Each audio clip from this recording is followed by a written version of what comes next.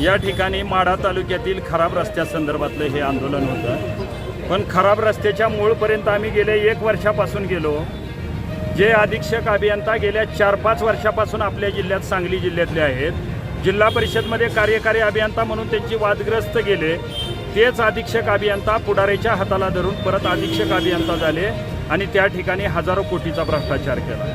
मग नवीन civil engineer असणारा पोरगा 5-5 वर्ष ज्यानं ठेकेदारी करण्यासाठी सिव्हिल इंजिनिअरिंग केली, त्या ठिकाणी त्याची एजन्सी बाद केली जाते, त्या ठिकाणी त्याला कुठलंही काम घेऊ दिलं जात नाही।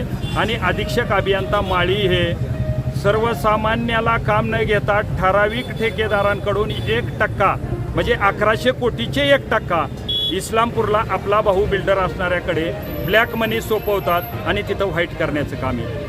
त्याचे पुरावे, त्यांच्या प्रॉपर्टीचे पुरावे, उतारे, फ्लॅट, सोनं, गाड्या, हे जेवढ्या प्रॉपर्टी आहेत त्याच्यापैकी निम्म्या प्रॉपर्टीचे पेपर आमच्याकडे आलेले आहेत। लाचलुचपत विभागाला तक्रार दिलेली आहे, त्या ठिकाणी एक जबाब पण माझा झालेला आहे। थोड्याच दिवसात त्यांची ओपन चौकशी होईल।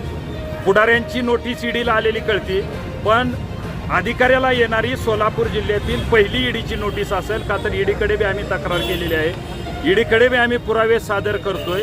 आज रक्तदानाचं हे शांततेतलं आंदोलन आहे। एका बाजूनी संजय माळीची प्रतिकृती या ठिकाणी बसून त्याच्या गळ्यात नोटाचा हार असेल, तर दुसऱ्या बाजूला बांधकाम मंत्री आणि संजय माळी ज्यांच्यामुळे रस्त्यावर अपघात होतात आणि अनेक लोक मारली जातात, ते कुठंतरी थांबावं म्हणून आम्ही त्यांच्या फोटोला रक्ताचा, स्वतःच्या रक्ताचा अभिषेक घातलेला आहे। खून लेलो लेकिन जान मत लेलो, हे गांधीगिरीचं आंदोलन या ठिकाणी पार पडतं। जनसबूत न्यूजच्या बातम्या पाहण्यासाठी आजच जनसबूत न्यूज चॅनलला सबस्क्राईब करा आणि बाजूला असणारे बेल आयकॉन प्रेस करा।